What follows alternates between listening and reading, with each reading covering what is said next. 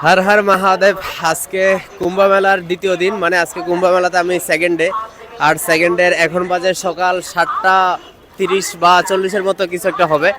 আর আমার পিছনে যে লক্ষ লক্ষ ঢল, লক্ষ লক্ষ মানুষের মানে লাইন দেখতে পাচ্ছেন, আমরা সবাই যাচ্ছি হচ্ছে ত্রিবেণী সঙ্গমে স্নানের উদ্দেশ্যে। আপনারা দেখতে পারতেছেন আমার সামনে কত অহরহ মানুষ, কোটি কোটি মানুষ, সবাই একটাই উদ্দেশ্য, ত্রিবেণী সঙ্গম স্নানের উদ্দেশ্য। তো আমিও যাচ্ছি স্নানের জন্য। আমি যদিও বা গতকালকে করছি, কিন্তু আজকে তারপরে যাচ্ছি ত্রিবেণী সঙ্গম দেখার জন্য।